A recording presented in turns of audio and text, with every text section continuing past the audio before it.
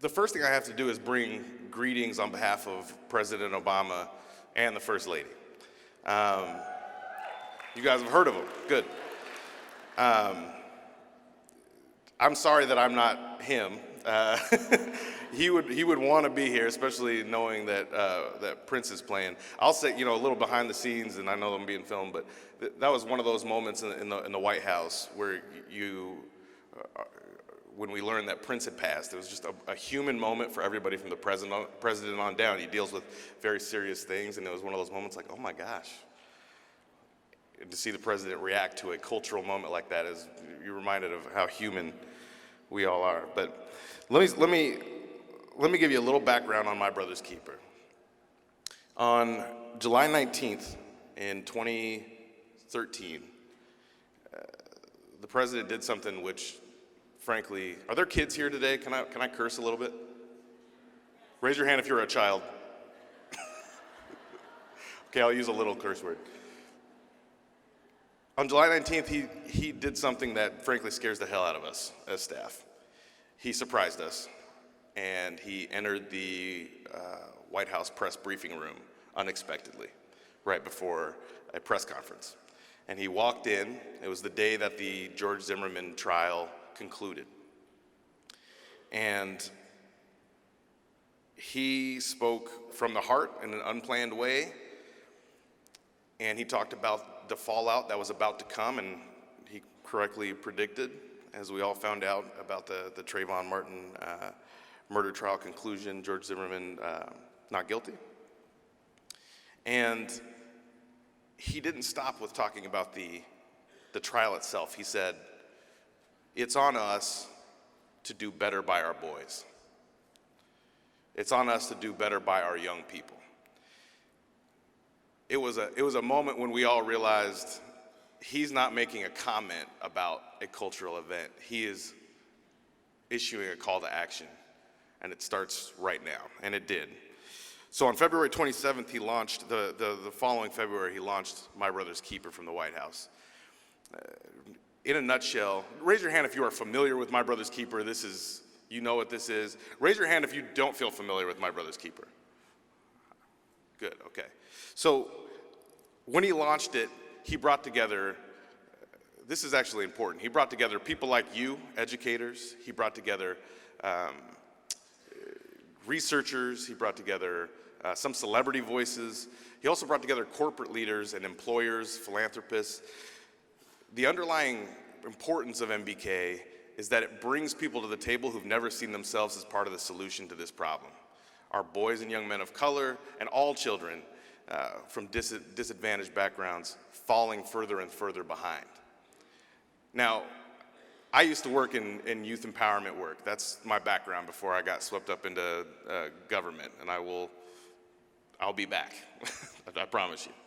Because we get hugs over here. I don't get hugs at the White House, literally ever.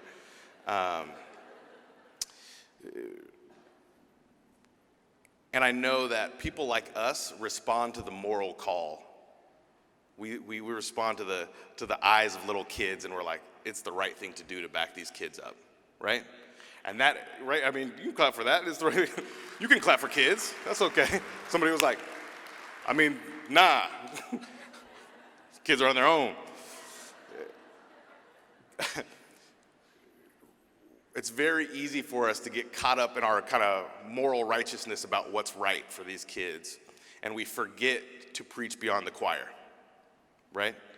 We forget to engage people who've never particularly cared about the problem or understood how it affects them.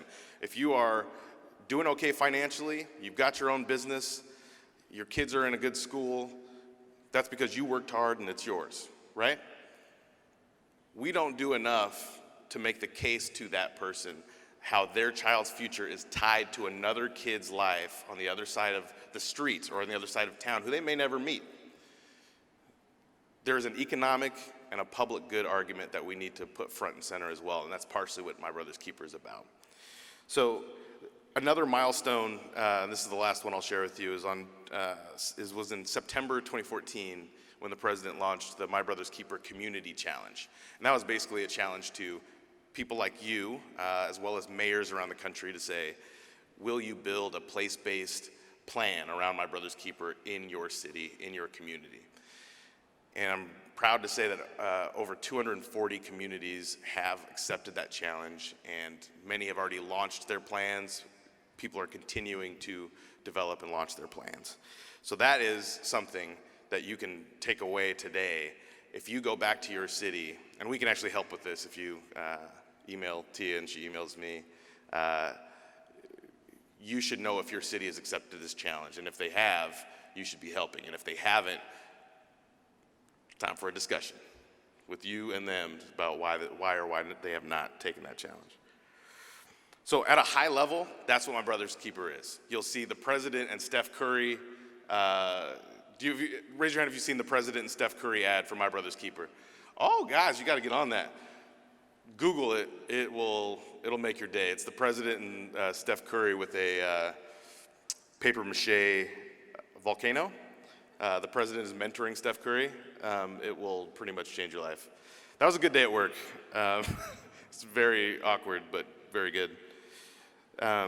So at a high level, you'll see things like that. You'll see Kendrick Lamar go out and say, be a mentor, support My Brother's Keeper. You'll see corporate leaders creating an MBK internship program to give access to local kids from their local Y or their local Boys and Girls Club. But at a real level, what MBK is you. And I don't say that to be corny.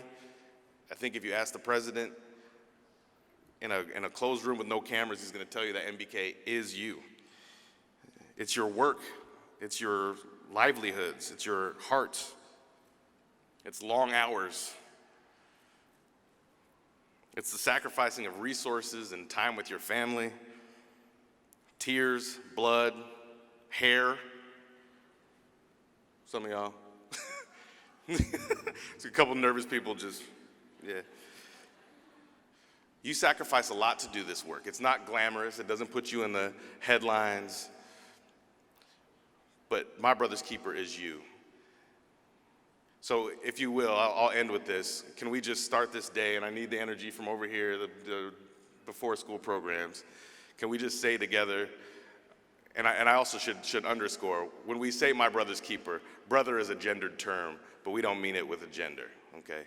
My Brother's Keeper it's a biblical term. It's about taking care of the people next to you as if they were your family. So can we all just say this morning, I am my brother's keeper? Oh, y'all know how to do this together. Do it one more time. Let's do it one more time, and I'll say it with you. I am my brother's keeper. That's a beautiful thing. Thank you for all that you do on behalf of the president and the White House. Thank you, guys.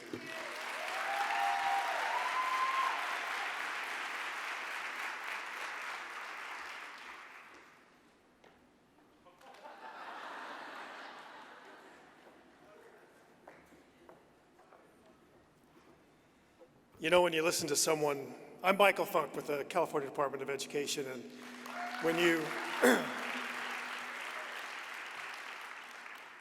listen to someone, it doesn't take you more than a few moments to detect that they're one of the family.